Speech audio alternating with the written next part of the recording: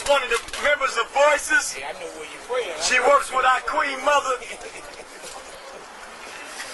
Her son was murdered. Her son, Boo, was a member of Bone Thugs and Harmony.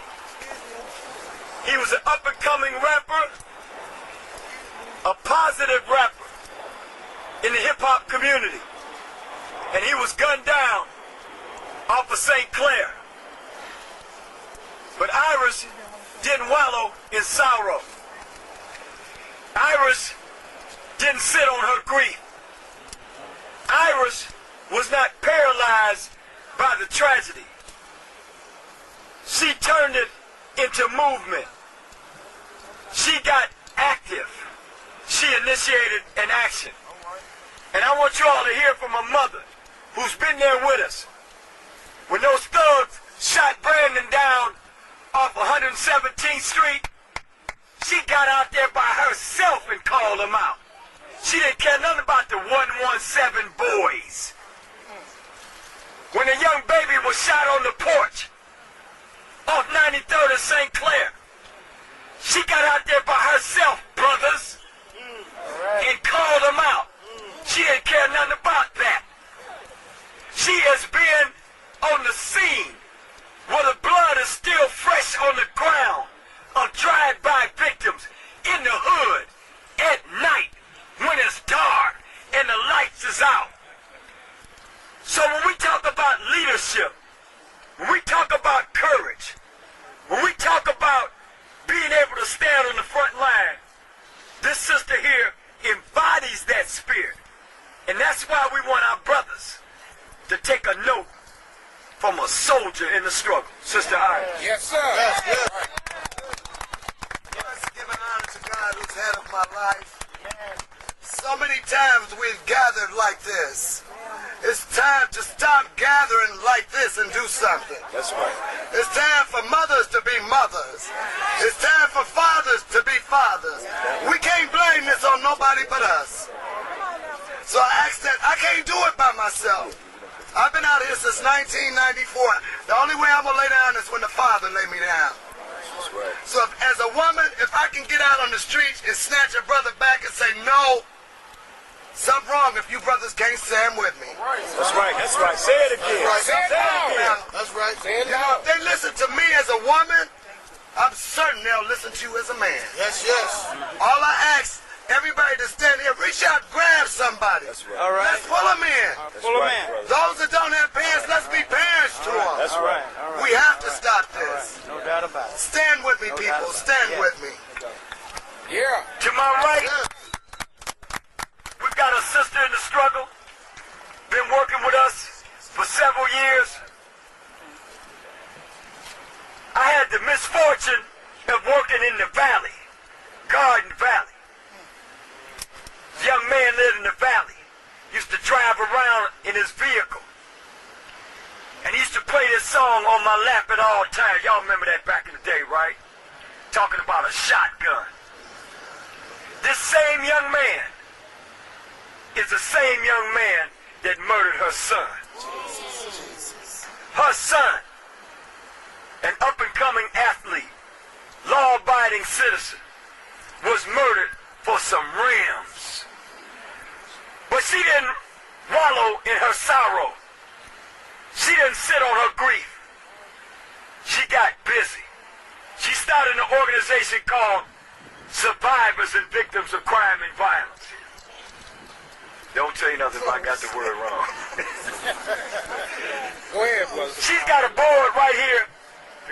It's called the Wall of Sorrows.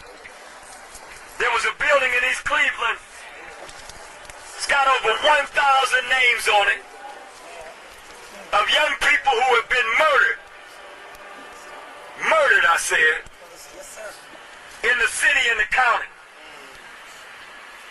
Over 1,000 names. And every one of them is under the age of 26. Because if we did everybody that was murdered, that board would go from here all the way over to the other side of the street. That's why it's important that we get busy. She did something. She didn't just sit down. She started an organization. She initiated an action. And for that reason, it's important that we acknowledge her. Again, a woman, a female on the front lines. Well, And brothers, I'm going to say this to you. I hope and pray that we don't have to call you 45 times to get you to come out on the block after the day. I really don't have to text message you all day and all night for you to pull up and pull out and do what we got to do. Because I'm tired of these sisters having to take all of this weight and all this grief. It wears on them. well, It wears on them, physically and emotionally. So it's time for the men to man up. Yes. It's time for the brothers to step up and step out. Sister Jude. Thank you. 13 years ago, on May 23rd, 1994, as Khalid said, a young man who looked like my son killed my son. That's two young men, one gone in the ground and one gone in jail for a long time. And we need, if we work together, if we start loving each other and start loving our children and letting them know that they're important, and when you see a child out there who doesn't have anybody to tell him he's important or she's important, you've got to do it. You have to do it. And when we have vigils, we need everybody to come out and talk with us. Talk to the young people that come to the vigils and mourn their friend who was killed or gunned down just walking across a parking lot. All of our children are dying, they're killing each other, and we're not standing up and fighting enough. When are we going to do it? You don't know how many vigils we've been to. that's right. And I can't go to the funerals like others can. I'd be dead. Until we let our children know that they are loved and they should love each other, That's right. respect themselves so they can respect others, that we will listen to them once in a while at least, nothing's going to change. And we have to do it every day. That's right. We can't do it just when there's somebody around, when the dignitaries come out. We have to do it every day, or we bury somebody every other day. And that's what we're doing this year. We've already equaled last year. That's We right. still got 2 months to go, That's and right. we have equaled last year's count. What are we doing? Yes. Please join us. There's organizations out here. There's Black on Black, there's the Task Force, there's Peace of the Hood, there's Survivors. There's Voices, there's a lot of organizations. And if you don't like ours, start your own and work with us. That's right. Thank you. Phillips is going to move her car. And then we're going to hear from some of the other leaders here. And we hope you're patient with us. They claim to be doing what? At this school, before he went into the school and shot those young people, that he was coming back here with a gun. Did y'all hear me? What does that mean when we hear somebody say, stop snitching? Does it mean that when a young man stands amongst his peers in front of a school after a fight and tells, I'm coming back here to shoot the school up, that our young people are too afraid, too intimidated, too cowed down, that they are not strong enough to let their parents, their teachers, their administrators, the security officials know that this young man who's got serious issues said he's coming back with a gun.